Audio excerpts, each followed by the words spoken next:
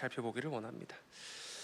오늘 말씀의 제목을 보면요, 제가 익숙함이라는 단어 뒤에 저주라는 단어를 붙여두었지만 사실 익숙함이라는 단어는 긍정적인 의미가 더 많습니다.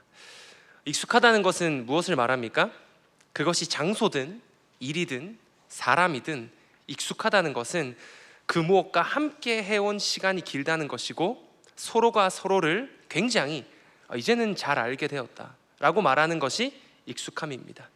익숙하면 편안하고요, 또 애정이 생기기도 합니다. 우리 모두는 대흥교회가 참 익숙합니다. 편안하기도 하고요, 사람과 공간 모두를 포함한 그 대흥교회를 우리는 사랑합니다. 저도 얼마나 이 대흥교회라는 곳에 애정이 있는지 가끔씩 미라클 컴플렉스를 말씀하시고 제가 이 교회 어딘가를 걷다 보면 지금 이 공간을 영상으로 남겨놓고 싶다라는 생각을 하기도 합니다. 왜냐하면 언젠가는 없어질 모습이니까. 그러나 내가 이 교회를 너무나 익숙하게 생각하니까 대흥교회의 이 모습을 남겨놓고 싶다라고 생각할 때도 있습니다.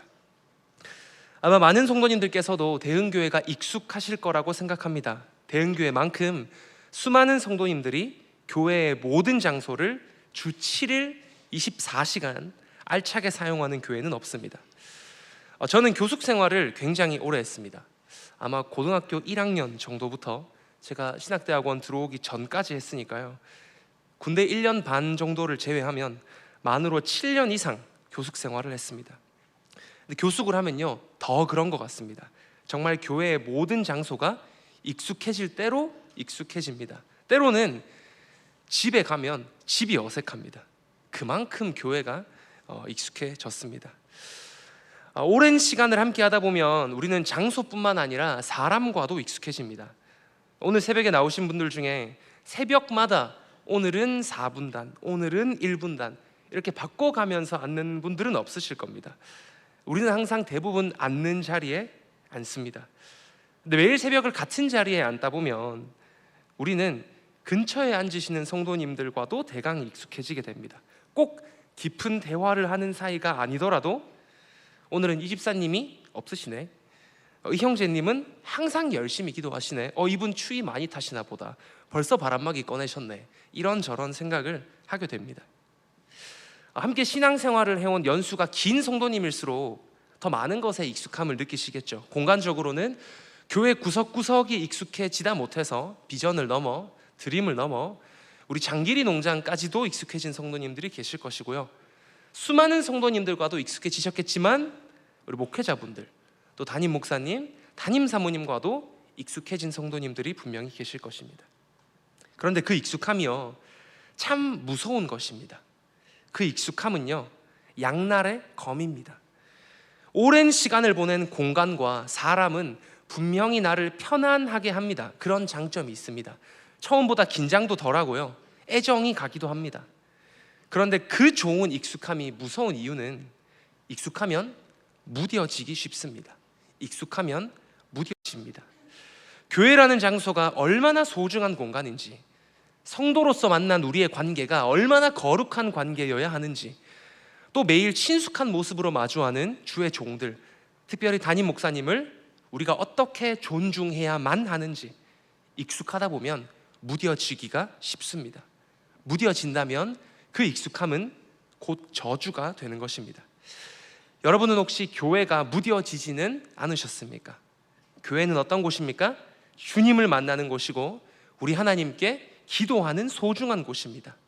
혹시 성도님들 가운데 이곳 교회가 무뎌지신 분들이 있으시다면 다시 한번 교회를 두렵고 떨리는 마음으로 사랑하게 되는 여러분 모두 되시기를 축복합니다. 교회를 사랑하는 대표적인 한국교회 목회자 누구 계십니까? 담임 목사님 많이 인용하신 예화지만 김삼환 목사님 계십니다. 김삼환 목사님의 대표적인 간증 대부분 다 아시죠? 교회의 지붕에 비가 막 새고 있었는데 그곳을 무엇으로 막았나요? 그 장대비를 본인의 몸으로 막으셨습니다. 그런데 그 간증이 우리에게 감동을 지금까지 주는 이유가 무엇입니까? 저는요, 물론 목사님께서 소년의 때에 교회를 어린 나이에 그렇게나 아끼셨다는 것이 멋져서 감동이 되기도 하지만 저는 그것보다요, 은퇴하신 노년의 목사님이 지금까지 여전히 교회를 그렇게나 순수하게 사랑하시는 것, 그것 때문에 그 간증은 들을 때마다 새롭고 질리지가 않는 것 같습니다. 교회를 사랑하는 여러분 모두 되시기를 축복합니다. 결코 무뎌지지 않는 우리가 되기를 소망합니다. 그리고 장소 이외에 교회를 이루는 또 하나의 개념은 사람입니다.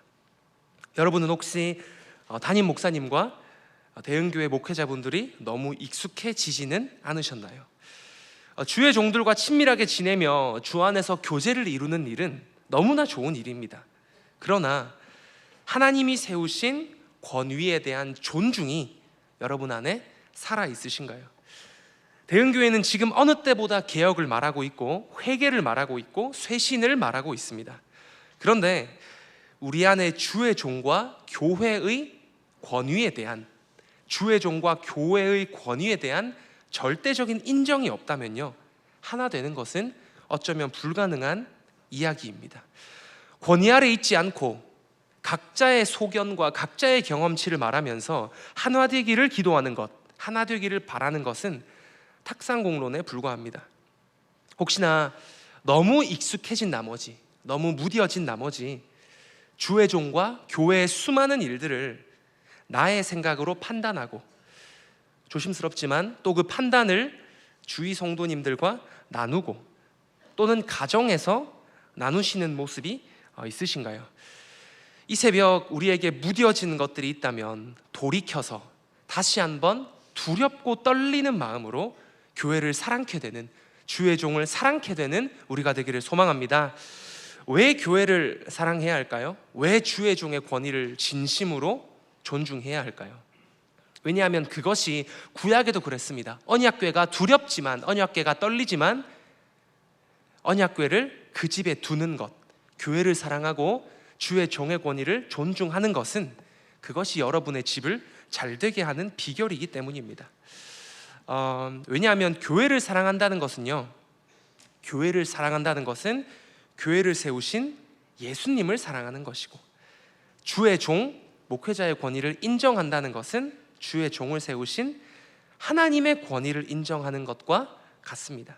뒤집으면요, 우리 안에 교회가 무뎌졌다면, 본당문을 열어도 아무런 느낌이 나지 않는다면 하나님을 향한 내 마음이 무뎌진 것이고, 주의 종들의 절대적인 권위가 존중되지 않고 은근한 의문이 든다면 우리 안에 하나님의 권위에 대한 물음표가 생긴 것과 같습니다. 익숙함의 저주를 넘어서는 대응교회가 되기를 소망합니다. 질서 아래에서 하나님의 귀한 축복을 누리는 우리 모두가 되기를 소망합니다. 성경에서 가장 무뎌진 사람, 하나님의 것이 너무나 익숙해진 사람이 바로 웃사였습니다.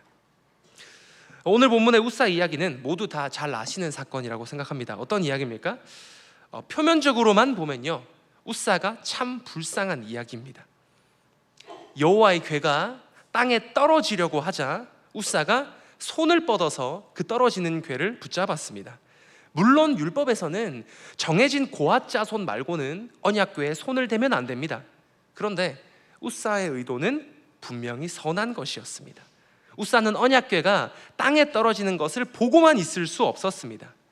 그런데 하나님은요, 떨어지는 언약궤에 손을 댄 그 웃사를 즉시 죽이십니다. 그것도 오늘 성경에 그의 몸을 찢어서 죽이십니다. 그러나 오늘 본문 웃사 이야기는 단순히 웃사가 율법을 어겨서 죽음의 심판을 받게 된 단순 사고사를 다루는 이야기가 아닙니다.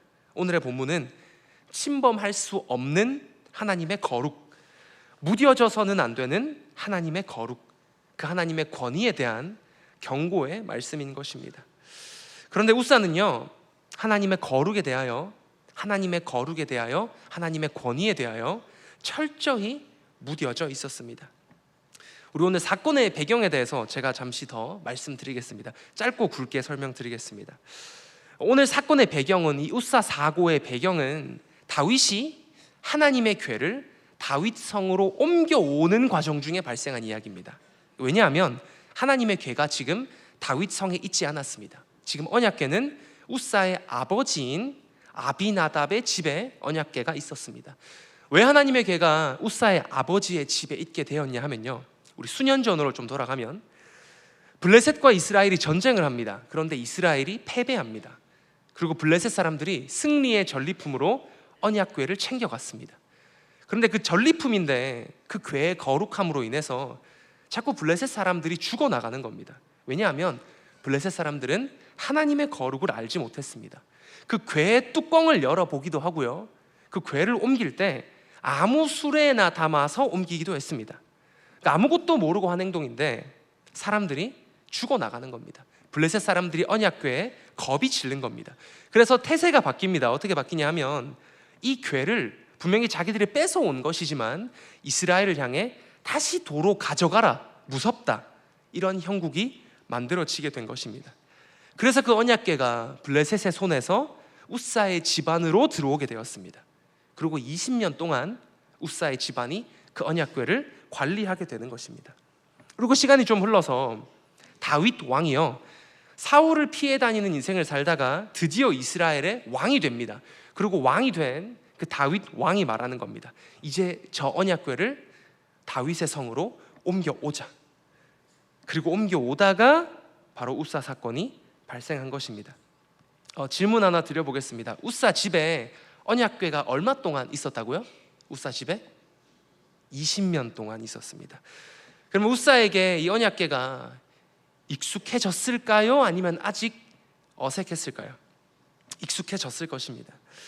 한 20년쯤 대흥교회에서 신앙생활 하다 보면 장소도 사람도 우리에게 굉장히 익숙해질 수밖에 없습니다. 그런 것처럼 우사도 하나님의 궤가 너무 익숙해졌습니다. 우사의 나이가 정확히 몇 살일 때 우사의 집에 언약궤가 들어오게 되었는지 성경이 말하지 않습니다. 태어나기 전부터 언약궤가 그의 집에 있었을 수도 있습니다. 혹은 청년의 때 언약궤가 그의 집에 들어오게 되었을 수도 있습니다. 그런데 20년이 흘렀습니다. 갓 태어난 아기였다면 이제 우사는 대학생이 된 것이고, 20살 청년의 우사가 처음으로 언약궤를 봤다면 이제는 40살의 장년이 된 것입니다. 물론 20년이 흘러도 변하지 않고 하나님을 두려워하는, 하나님을 여전히 사랑하는 사람들이 있습니다. 그런데 우사는 아니었습니다. 우사는 무뎌졌습니다. 그의 무뎌짐을 확인할 수 있는 지점이 두 곳 있습니다. 오늘은 그 지점 두 곳을 확인하며 하나님이 우리에게 알려주시는 바는 무엇인지 함께 살펴보도록 하겠습니다. 우사가 무뎌진 증거 첫 번째입니다. 하나님의 궤를 수레에 옮겼습니다. 우리에게 적용하자면요, 교회는 하나님이 정해두신 방법대로 세워져 갑니다. 우리 민수기 7장 9절 말씀 함께 보도록 하겠습니다. 시작. 고아 자손에게는 주지 아니하였으니 그들의 성소의 직임은 그 어깨로 매는 일을 하는 까닭이었더라. 이 구절에는 고앗 자손이 어떻게 언약궤를 대해야 하는지 나옵니다. 어깨에 매어서 옮겨야 합니다. 그런데요, 이스라엘 자손들과 우사가 선택한 방법은 수레에 실어서 언약궤를 옮기려고 했습니다. 우리 역대상 13장 7절도 같이 보도록 하겠습니다.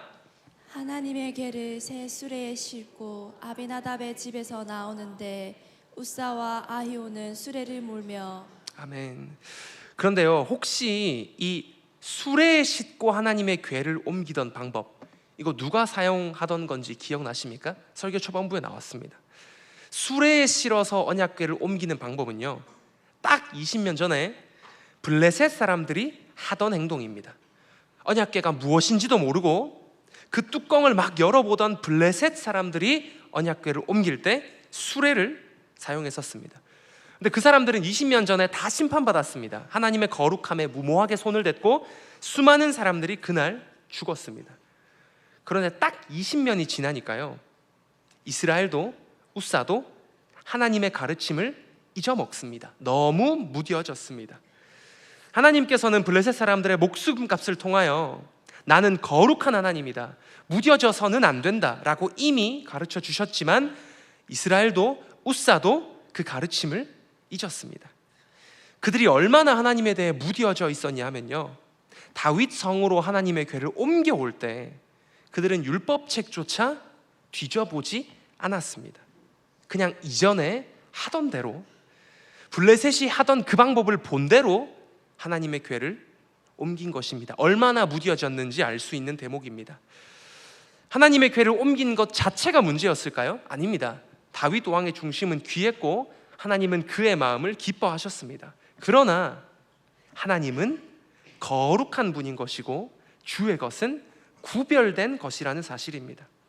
우리의 중심이 아무리 귀하다더라도, 하나님을 향한 우리의 마음이 아무리 진실된다 할지라도 거룩한 하나님을 섬기는 것에는 정해진 방법이 있습니다. 그것이 당시에는 율법이었습니다.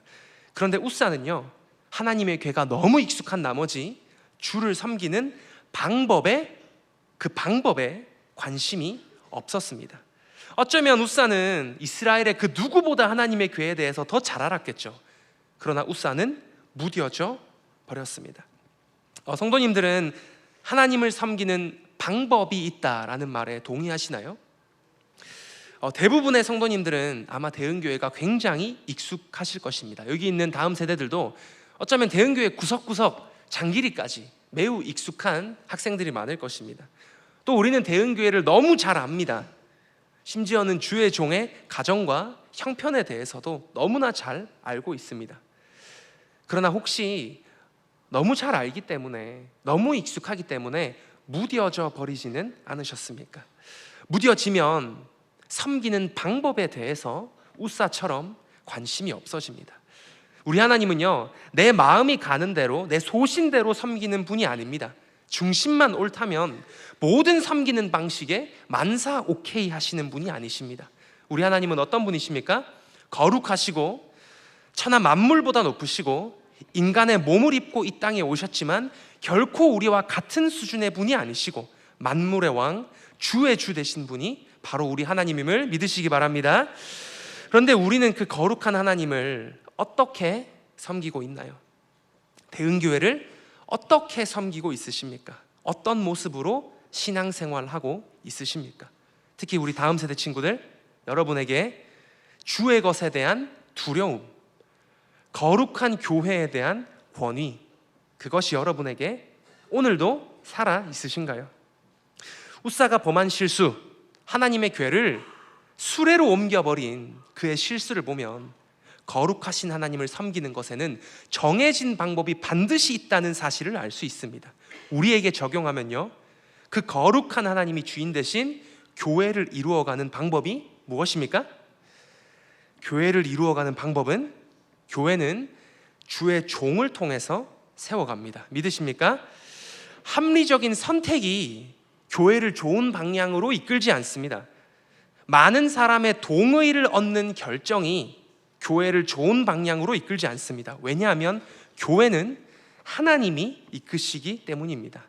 무뎌진다면 우리는 잘못된 방법으로 하나님을 섬기게 되는 것이고요, 아무리 하나님을 사랑하는 그 마음이 있다 하더라도 거룩한 하나님은 잘못된 방법을 통해 예배받지 않으십니다. 우사가 무뎌진 증거 그 두 번째, 마지막입니다. 우사는 하나님의 궤에 손을 대는 잘못을 했습니다. 우리에게 적용하자면 교회는 반드시 두렵고 떨리는 마음으로 섬겨야 하는 것입니다. 우리 읽었던 본문이지만 우리 13장 9절에서 11절까지 함께 읽도록 하겠습니다. 기돈의 타작마당에 이르러서는 소들이 띠므로 우사가 손을 펴서 궤를 붙들었더니 우사가 손을 펴서 궤를 붙들므로 말미암아 여호와께서 진노하사 치심에 그가 거기 하나님 앞에서 죽으니라. 여호와께서 우사의 몸을 찢으셨으므로 다윗이 노하여 그곳을 베레스 우사라 부르니 그 이름이 오늘까지 이르니라. 아멘. 다들 그런 경험 아마 해보셨을 것입니다. 책상에서 무언가 떨어질 때, 식탁에서 컵이 떨어지려고 할 때 나도 모르게 손을 뻗어본 경험이 있으실 것입니다. 반사적으로 행동하게 된 것이죠. 우사가 그랬습니다. 언약궤를 끄는 소가 날뛴 것입니다. 당연히 소가 메고 있는 수레가 흔들리겠죠. 그리고 수레에 있던 언약궤가 쓰러지려고 했습니다. 그때 우사가 반사적으로 손을 펴서 궤를 붙들었습니다. 그런데 오늘 본문은요, 우리와 관점이 조금 다릅니다. 오늘 본문은 우리가 생각하는 대로 좋은 의도를 가졌던 우사, 또 좋은 의도를 가져서 언약궤를 붙들었지만 죽게 된 그 우사의 불쌍함에 집중하지 않습니다. 웃사가 불쌍하다고 생각하는 우리의 인간적인 마음은요, 어쩌면 하나님의 거룩함에 무뎌져 있는 마음이고, 하나님의 것, 하나님의 궤, 또 오늘날의 교회가 얼마나 거룩하고 소중한 것인지 모르는 우리 독자들의 잘못된 상상입니다. 하나님의 거룩하심을 무뎌지다 보면 굉장히 작은 것에 잘못 집중하게 되고, 그것에게 우리는 사단의 틈을 주게 될 수도 있습니다. 하나님의 것은 상상할 수 없을 만큼 거룩한 것입니다. 웃사가 죽게 된 것은 하나님이 매정해서가 아니라 하나님은 거룩한 분이시기 때문입니다. 언약궤가 익숙해진, 무뎌진 웃사는 언약궤와 하나님에 대한 두려움을 상실했던 것입니다. 하나님이 오늘날 우리에게 오늘 말씀을 통해서 원하시는 신앙생활의 방식은 무엇일까요? 하나님은 우리가 하나님을 두려워하기를 원하십니다. 우리 모두 교회에 굉장히 익숙해져 있습니다. 우리 교회만큼 교회의 모든 공간, 모든 사람들과 익숙해져 있는 교회도 잘 없을 것입니다. 그런데 그러다 보면 주의 것, 본당, 교회의 모든 시설물들, 또는 주의 종, 대형교회 목회자들, 그리고 하나님에 대한 두려움까지도 무뎌질 수 있다는 사실입니다. 그런데 두렵고 떨리는 마음이 우리 안에 무뎌져 있다면 그 마음은 웃사의 실수와 같은 잘못이지 않겠습니까? 하나님은 우리가 그분을 거룩히 여기며 두려워하기를 오늘도 원하시는 분이라는 사실을 믿으시기 바랍니다. 무뎌지는 것이 아니라 거룩한 하나님을 두려워하며 그분을 경외하며 또 하나님이 원하시는 방법대로, 그분이 허락하시는 방식대로 권위 아래서 신앙생활하는 그 최고의 축복을 누리는 우리 모두가 되기를 소망합니다. 말씀을 정리하겠습니다. 익숙함은 저주가 될 수 있다고 말씀을 드렸습니다. 웃사의 이야기를 보면 익숙한 것이 어떻게 저주가 되어가는지를 알 수 있습니다. 웃사는 하나님의 궤를 마음대로 수레에 옮깁니다. 의도와 중심은 하나님이 기뻐하실 만한 것들이었습니다. 그러나 하나님을 섬기는 것에는 정해진 방법이 있다고 말씀드렸습니다. 오늘날 교회에 적용한다면 교회는요, 하나님의 나라는요, 주의 종을 통해서 든든히 세워져 간다는 사실입니다. 또 웃사는 언약궤에 마음대로 손을 댑니다. 20년 동안 그의 집에 언약궤를 끼고 살면서 웃사에게서는 두렵고 떨리는 마음이 사라졌습니다. 하나님은 우리가 여전히 하나님을 두려워하기를 원하십니다. 여러분은 무뎌지지 않으셨습니까? 하나님의 거룩함과 그의 교회와 그의 종들에 대하여 무뎌지지 않으셨습니까? 특히 우리 다음 세대 친구들은 진짜 주 7일 24시간을 교회와 함께 살아갑니다. 그런데 하나님에 대한 경외, 그분을 두려워하고 사랑하는 마음이 없이 웃사의 언약궤처럼 교회와 함께 한다면 그것이 저주가 될 수도 있습니다. 그러나 하나님을 경외하고 두려워하고 하나님을 사랑하는 마음이 오늘도 여전히 있으며 이 교회를 누린다면 이 다음 세대는 하나님의 최고의 축복을 누리는 다음 세대라는 사실을 여러분 모두 믿으시기 바랍니다.